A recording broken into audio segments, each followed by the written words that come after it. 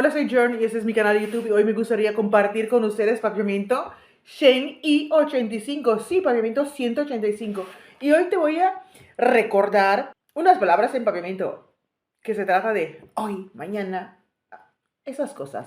Pero antes, me gustaría invitarte a que te suscribas a mi canal, dale like a mi video, recuerda de compartirlo para cada persona que está viajando para Aruba, Bonaire o Curazao, o simplemente porque quieren aprender un idioma exótico, tropical, caribeño, no sé, una mezcla de más de 7 idiomas, así que tiene que compartirlo con esa persona.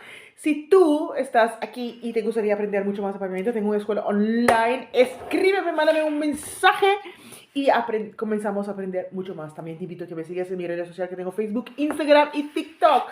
Aquí dejo mi número de teléfono si tú te gustaría empezar clase de paviamento conmigo.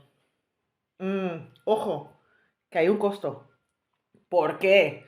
Porque es un clase. Vas a aprender mucho más de mi ducho y paviamento. Verbos, vocabulario, conversaciones, preguntas, hacer frases, de todo vas a aprender conmigo. Así que mándame ese mensaje que estoy esperando de ti. Si no sabías, hoy es AWE en paviamento. Hoy es AWE. Ayer, ayera. Ayer, ayera. Mañana, mañana. Mañana, mañana.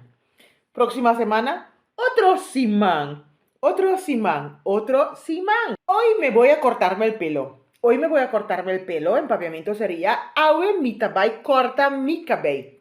Awe mitabay corta mi cabello. Ayer mi hija cumplió año. Ayer mi hija cumplió año. En paviamento sería Ayera mi yu mujer ahasi año. Ayera mi yu mujer ahasi año. Mañana es día para trabajar. Mañana es día para trabajar. Mañana ta día di traja. Mañana ta día di traja. Próxima semana. Próxima semana iré de viaje. Otro simán, mi te va viaja. Otro simán, mi te va viaja.